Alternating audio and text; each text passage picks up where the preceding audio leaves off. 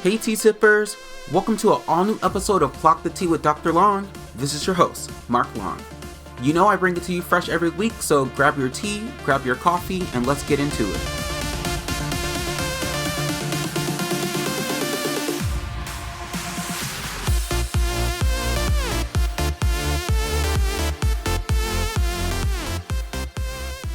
Hey tea sippers, welcome back. I want to first start off by saying Happy Black History Month, everybody. It is one of the most important times of the year, first and foremost. But I also want to say Black History Month is a time of the year where I feel super uplifted by the fact that we get this time to be unapologetic about embracing our history, but most importantly, it's a perfect time of the year for Black youth across the United States to have the opportunity to recognize and actually go back and look at the achievements of our people. But first and foremost, with Trump raising the temperature on racism in this country, I think it's super important that we go back and look at the significance of Black History Month. First and foremost, Black History Month started in the 1920s, 100 years ago. So picture it, 1926, during Jim Crow. It was Negro History Week in the sense of giving Black people an opportunity to embrace their culture within a week. This week existed during the birthdays of Abraham Lincoln and Frederick Douglass because it marked 50 years since emancipation and 50 years since being removed from slavery at that time. But most importantly, we were in the middle of Reconstruction beforehand, and now with being in the depths of Jim Crow, this was the time where the KKK was still having marches in Washington, where thousands and thousands and thousands of KKK and white supremacist leaders and families and groups showed up to embrace the importance of white supremacy. Now, with that in mind, 50 years go by again since the founding of Negro History Week, and now the government has taken it upon themselves with the civil unrest in the 50s and 60s to reestablish Black people differently in this nation. But that didn't come with a little bit of hurdles. In the 1970s, we started to see Black History Month become a little bit more federally recognized and definitely embraced within a Black culture. We also are currently living in a time where we're only 100 years removed from Negro History Week.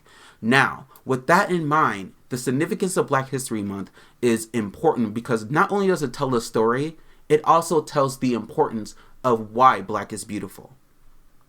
So let's be clear. It's not about why single us out. Why isn't there a White History Month or week?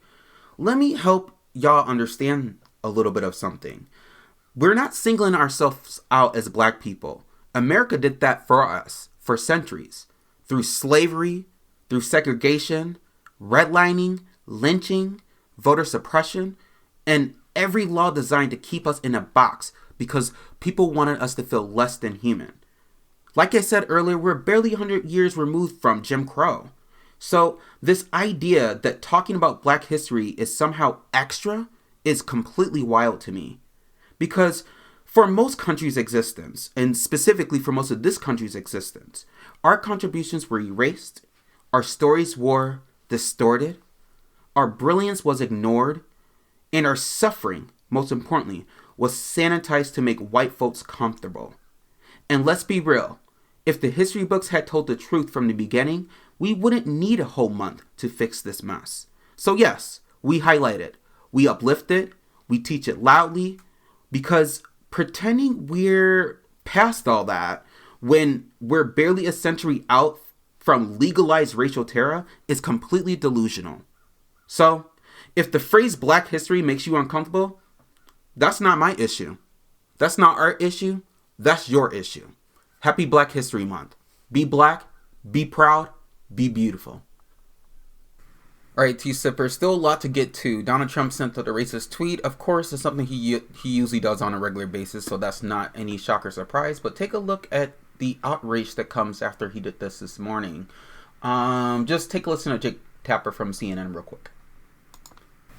But what was most disturbing, of course, was in the midst of one of the several fake, wrong, inaccurate, debunked videos he put out there about the 2020 election being stolen from him, which it was not, was this video of Michelle Obama and Barack Obama, the president and first lady, as apes with the Lion Sleeps Tonight music playing behind him. I can't get into his heart. I don't know if that was an accident or malicious or cruel or reckless or careless. All I know is putting out a picture like that, video like that of the president and First Lady Obama.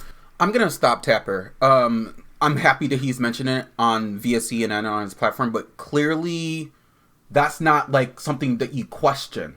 That's racism, Jake Tapper. That's racism. So like, anyway, they can try to malign us to believe that this is something that it isn't, but we all know what's happening. Caroline Levitt went on her podium as the press secretary to defend Donald Trump's actions, and she doubled down by saying that Americans shouldn't be outraged over the president tweeting something about the Lion King, when it's super egregious because I know that everyone is around the president, but they also know what the video was. They're all aware. And doing cleanup in front of America when you're just blatantly racist is one thing, but also calling it what it isn't is not really transparency. So let me get into these girls. And yes, I meant girls, because when you want to act like you are a child and you're responsible for the codes and the nuclear stuff, and you're responsible for making decisions with foreign entities, this is quite disturbing. I don't know if this means he is deranged or he's too old and he's losing his mind. But he also took down the tweet stating that, one of his staffers actually tweeted that out, or Truth Socialed it out, or whatever platform he's on. And really, let's spill the tea on this. So Donald Trump really thinks he's above the law. But most importantly, the racism that's happening right now is the perfect example of not just we told you so, but the blatant jealousy that the president has for the former President Obama and First Lady Michelle Obama. Before Trump ran for president in 2016, he was the main one who echoed this whole birther movement of Obama not being a U.S. citizen. He's also the one that called Proud Boys fine people, and is very, very, very receptive to white supremacy because he knows it's a huge part of his base.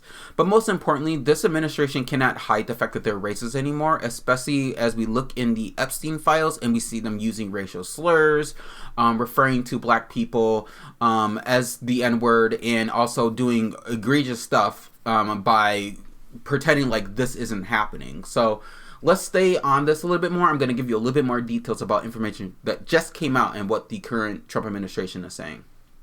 Take a listen. The racist image comes at the end of a minute-long video the president posted on his social media platform. The first 59 seconds describe debunk election conspiracy theories from 2020, and at the end, the video suddenly cuts to an animated meme showing the Obamas' faces on the bodies of apes. The NAACP is out with a statement saying, in part, quote, Donald Trump's video is blatantly racist, disgusting, and utterly despicable, end quote. That again from the NAACP.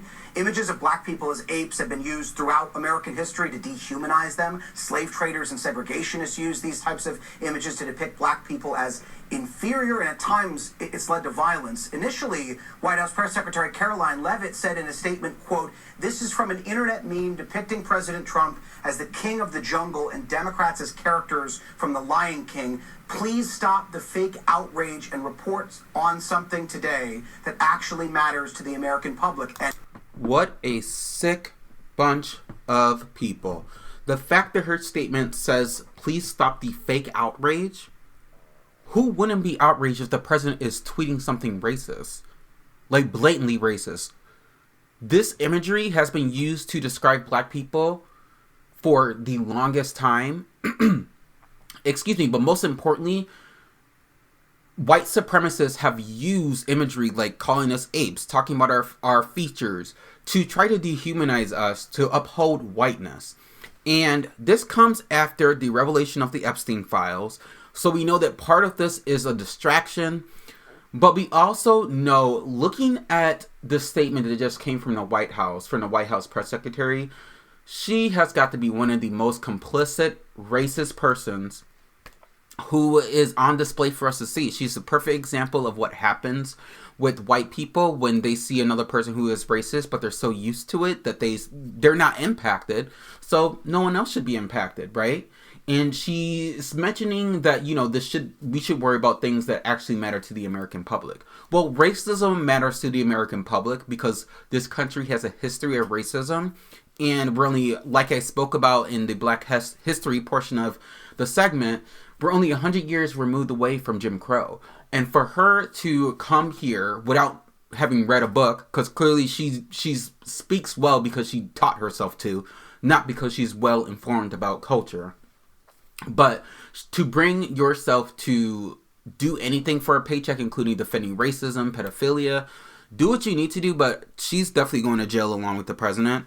But I will say this, I think there's more that's going to come out from this, because I think racism, homophobia, sex crimes, all that kind of stuff is something that is not a good look for anybody, but most importantly for any political affiliation with the progress that has happened in the country up until now. So this country, or this administration, wants to make America great again, but they're not really showing us that that's part of what America greatness is when you tweet and disturb a group of people during Black History Month and thinking you're going to get away with it.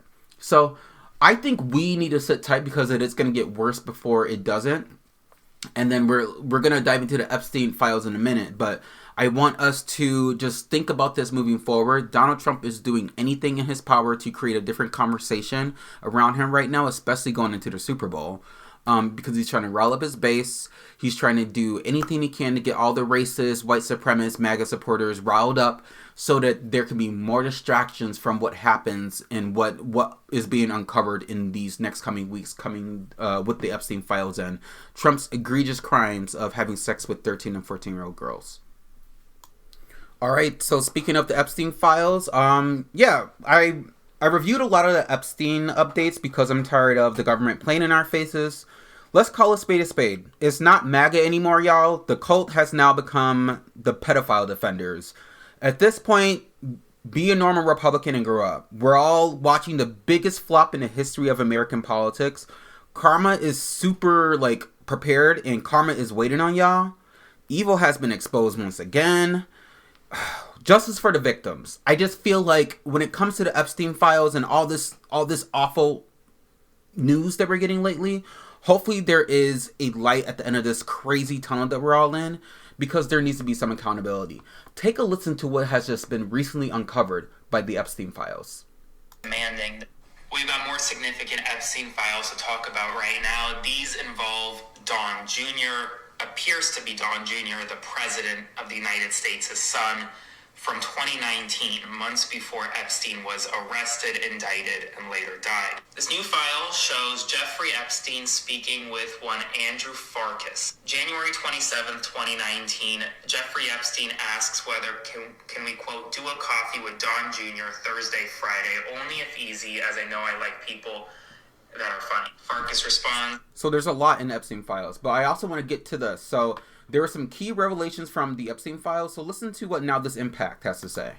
The DOJ just dropped the last of the Epstein files, and there are some serious accusations against Trump throughout them. So here's what we know. Nearly 3 million pages of documents were released by the DOJ earlier today, and this is the last major release of government files about Epstein. Now, according to reporting from CNN, among the files is a list of complaints and tips that were made to the FBI, some of which explicitly name Trump and other powerful people. This list was compiled in 2025 and details some extremely disturbing accusations against Trump in particular. A quick sensitivity warning before we continue. We're gonna get into it, and this content is graphic. So one of the accusations reported that Trump hosted calendar girl parties at Mar-a-Lago during which Epstein would bring children to be auctioned. Another accusation details a 13-year-old being forced to perform services to Trump and others. Others go into details of parties and dealing with cartels. To be clear, as of right now, these accusations remain unverified. We don't know to what extent the FBI pursued an investigation of these tips,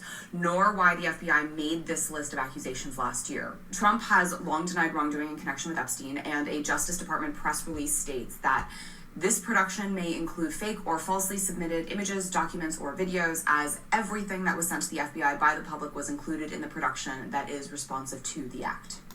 So you are the president of the United States who is trying to be all holier than thou and all Christian and all this and that.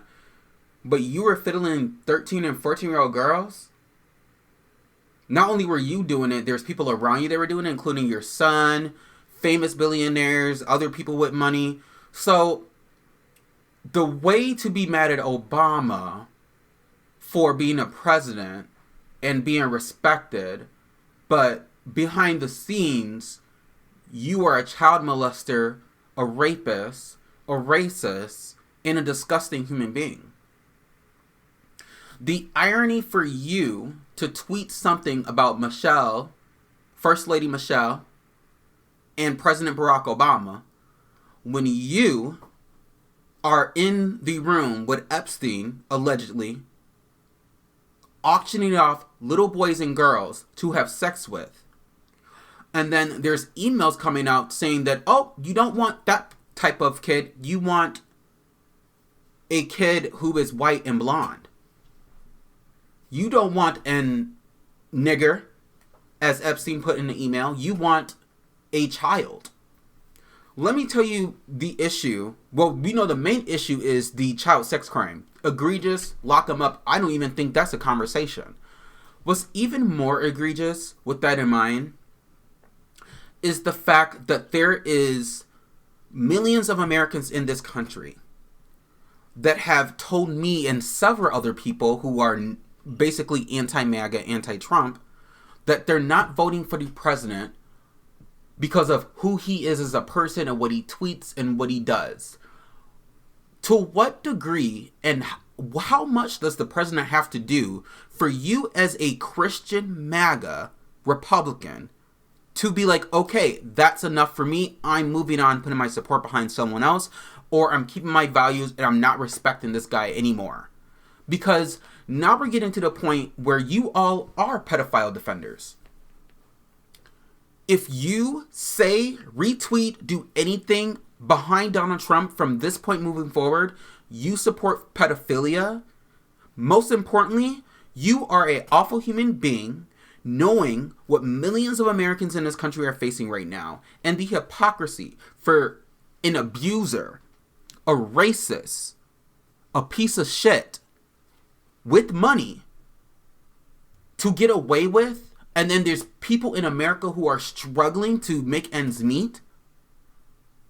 If the House and the Senate does not move forward to impeach and get rid of Trump, I don't know what to tell y'all. Because right now we are living in a country where not only is white supremacy at the top, but egregious crimes, whatever, you can do whatever you can do as a rich white guy and get away with it in the United States of America.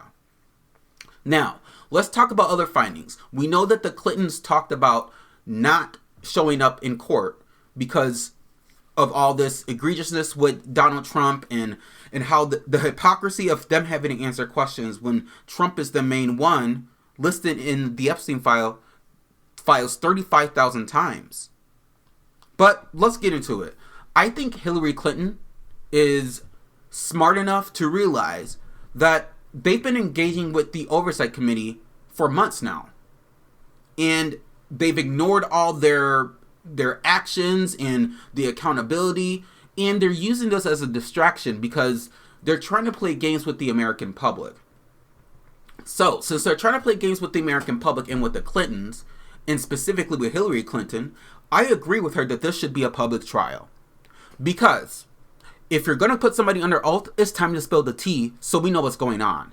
If the president isn't willing to cop to his behavior, then let someone else expose him. Bring in Bill too. Bring in everyone. Because here's the thing. You might be thinking that you can get away with this for the next 3 years in this White House. But us liberals, progressives, the people on the right side of history are going to be on your neck. We're going to be on your neck. And we're going to keep speaking the truth so that people can hear us. But most importantly, you are going down. You are not going to get away with this. Child sex crimes is an absolute no-no. And you know what? I look forward to seeing you all being taken down. Because that is exactly what's about to happen. I'm stumbling over my words because I'm so upset. But at the same time, this is exactly what you signed up for, Mr. President.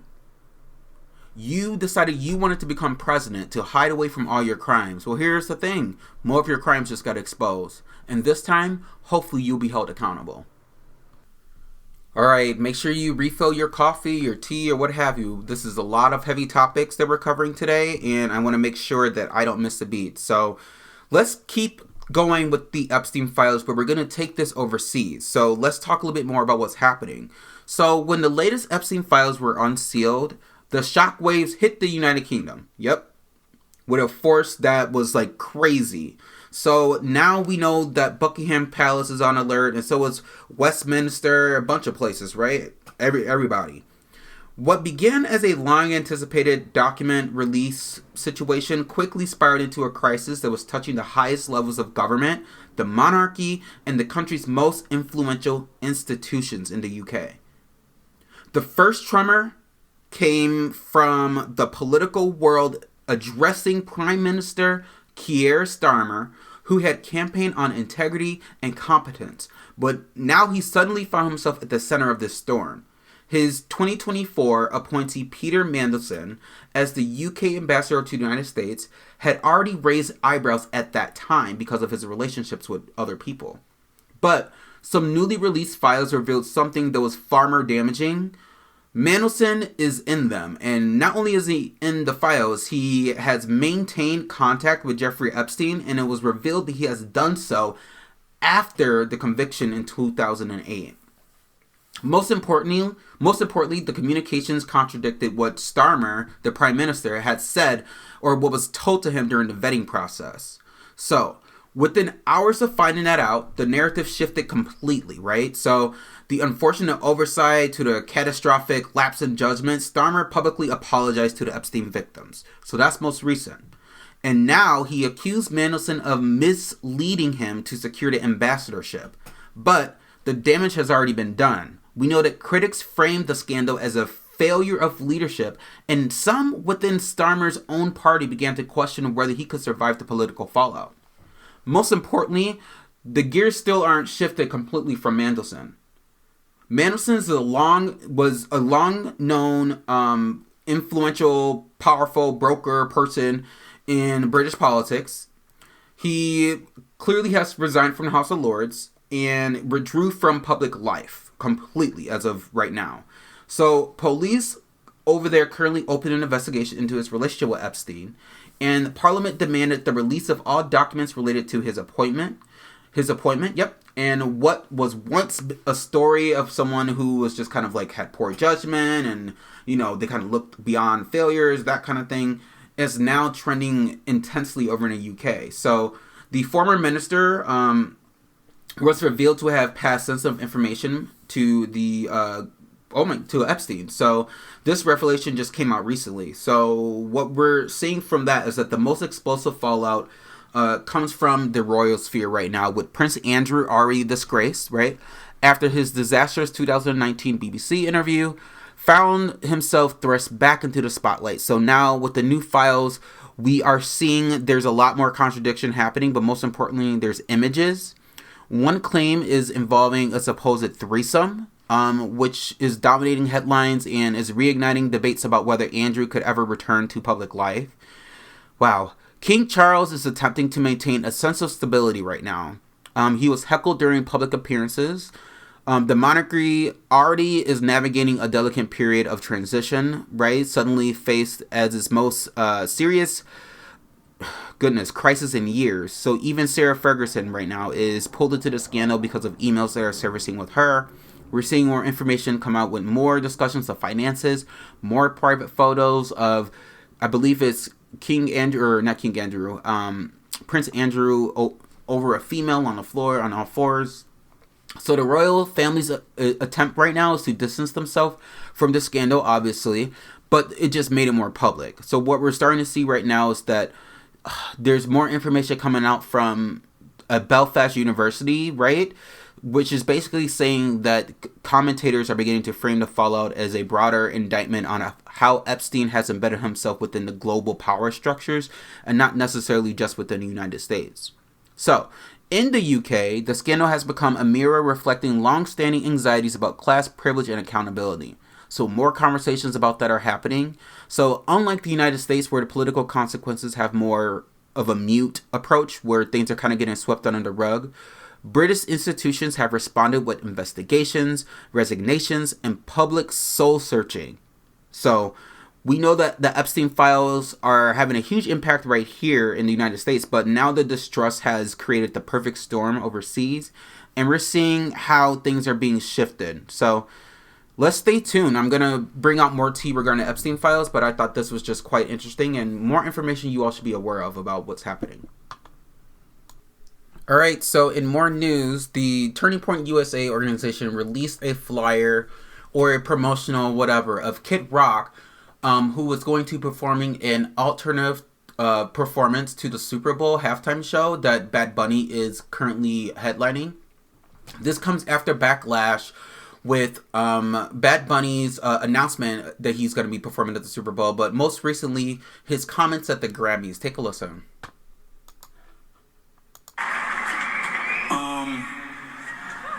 Before I say thanks to God, I'm gonna say eyes out.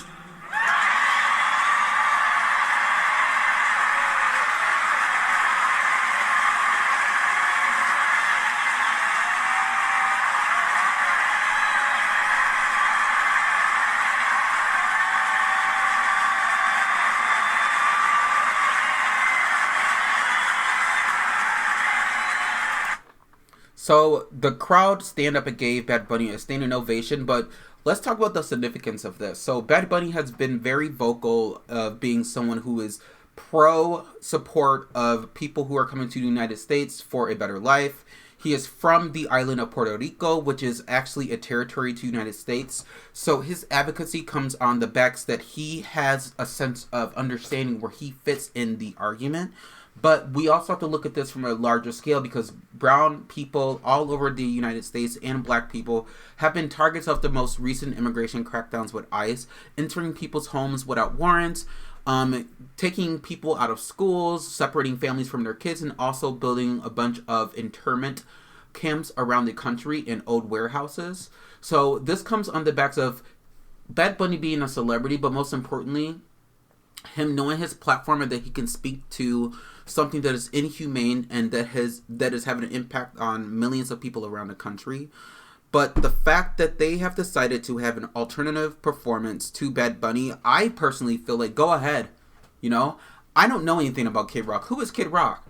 You know, like, I've never heard a Kid Rock song. Maybe he was famous in like 2000s or something, but I don't really hear anything about him recently. He looks very washed up to me.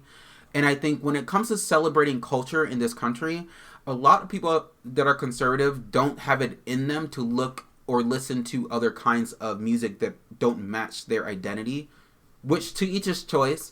But stop politicizing this. Stop making it more than what it is. He is an artist who has a platform who can speak to whatever he wants to speak to, especially if it's caused the lives of 2 Americans and many more so far by ICE. So I do want to say that. And I also want to talk a little bit more about Bad Bunny's advocacy. It didn't just start there. He has extensive advocacy in Puerto Rico, and scholars describe him as a global voice of Puerto Rican resistance, actually, because his music highlights colonialism. It also highlights the independent movements within the country itself. So he collaborated with Puerto Rican historians to basically have historical narratives in his albums over the years. And this was intentional because he wants to educate his listeners about the island's past and present, because he believes that you have to learn about history in order to not repeat it. Most importantly, Bad Bunny has had other advocacy that he has championed throughout his career. He has challenged gender norms in fashion and in his performances, while also advocating for LGBTQ+ rights in Puerto Rico. He uses his platform to honor victims of anti-LGBTQ+ violence as well, which aligns with the broader pattern of his social advocacy basically being documented, because he stands up for marginalized groups, he speaks to it, and he's not afraid of incorporating anything within his music and making sure the message gets out there. So more about his political activism. He has repeatedly been accused of being basically spreading hate music because of his political accountability for social change and how he feels that everyone should want some form of pride in culture. Bad Bunny's success itself has been a form of advocacy because he has shattered language barriers by becoming the first artist to win Album of the Year at the Grammys with an all-Spanish album. His global visibility challenges US-centric norms in pop culture and elevates Latin music on its own terms. So, speaking from a broader spectrum, Bad Bunny advocates for inequality.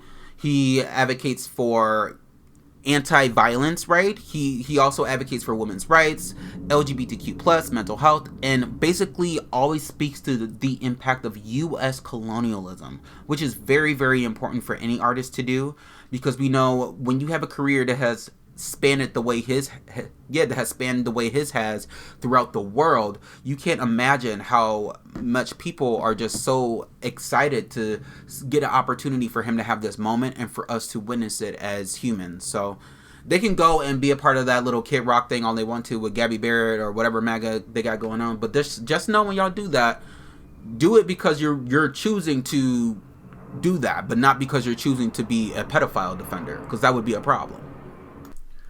Alright, a lot of heavy topics today, so let's end on kind of a lighter note because of what's been happening with the reclassification of marijuana.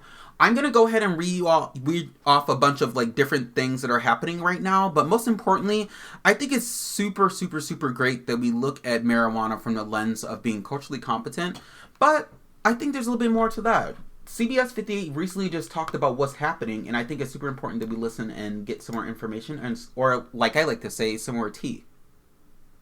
To Madison now, where Assembly Democrats are pushing to bring legal marijuana to Wisconsin. As sponsors of a newly introduced bill say the benefits outweigh the risks, but getting it over the finish line and onto the governor's desk is going to take some convincing among Republicans. Adam Reif tells us what's on the table and what could be different about this proposal. Adam. Well, a few weeks ago, President Trump reclassified marijuana as having a lower potential for abuse. But because the Wisconsin bill calls for legalizing recreational marijuana, it's basically dead on arrival at the State House. The will of the people is clear on this issue. And today, we're acting on it. So says Democratic sponsor Darren Madison of Milwaukee. Right now, 40 states and Washington, D.C. have legalized marijuana in some form. A Marquette Law School poll from June found 2/3 of a sampling of voters think marijuana should be made legal. Legalization of cannabis is not radical. What's radical is continuing a system that destroys lives, drains resources, and ignores the will of the people. Among the bill's provisions, it would legalize recreational marijuana for adults 21 and older and create a division of cannabis regulation. People 18 and older could register as marijuana patients for medical use, and it would create a process to review previous marijuana crimes. Representative Madison pointed to racial disparities in cannabis arrests, saying while roughly the same number of white and black people use cannabis, black people in Wisconsin are nearly 5 times more likely to be arrested. In December, the president reclassified marijuana from a Schedule I drug with LSD and heroin to a less dangerous Schedule III drug. But getting the Wisconsin bill through the Republican-controlled legislature is still an uphill battle. Some Wisconsin Republicans have signaled support for legalizing medical marijuana, like Senate President Mary Felskowski, who put forward a bill in September. But recreational marijuana is a non-starter for Assembly Speaker Robin Vos. Child, when all these people were smoking marijuana in college, but that's neither here nor there. That's a topic for a future segment, future podcast, whatever. So let's talk about this more. So for the first time in a long time, lawmakers are pretty much flooding the legislature with bills that would finally bring Wisconsin into the 21st century of marijuana policy.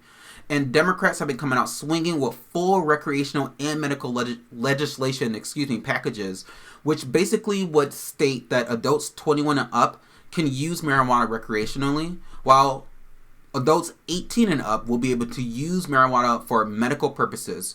And then there's something along the lines of there's a caveat of parental consent for minors if they're going to be using it for medical purposes.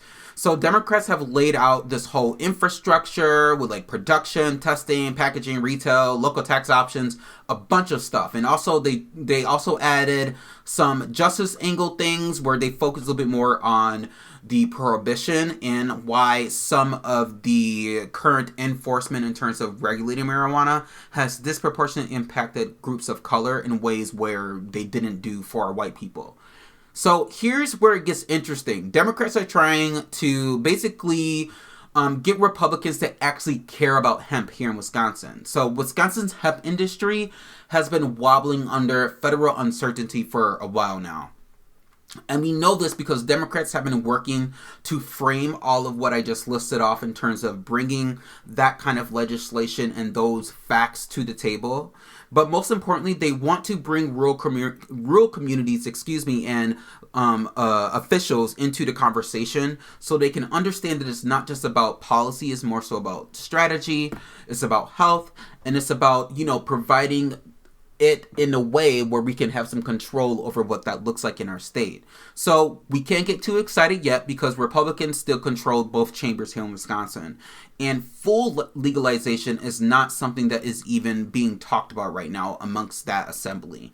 So the GOP-led medical marijuana bill, we might see some traction on that. So we're going to see something moving forward with that. So we're actually going to see that the Senate Health Committee, which basically they voted on it 4-1, which just means we're likely to see it being legalized. But most importantly, let's be honest, the public has been ahead of its time in regards to the legislator for a long time. 2/3 of Wisconsin voters support the legalization of marijuana.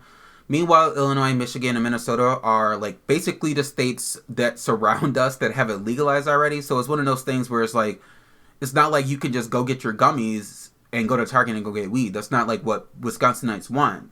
I think the conversation about the rescheduling the drug and all that kind of stuff just kind of shows us that there is a way where the drug can be medicinally provided for folks, at least if people aren't willing to have the conversation about recreational use.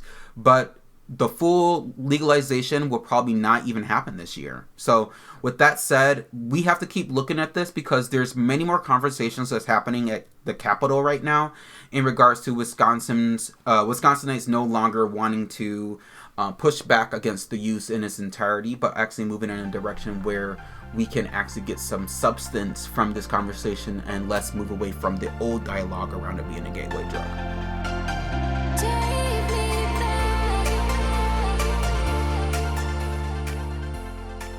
Well, tea-sippers, you heard it here first. With the Epstein files and the racism coming from the top, we have to be very diligent now. But most importantly, if you want to get your tea, tune in to Clock the Tea with Dr. Long every week. I'm Mark Long, I bring it to you fresh. Thank you for listening.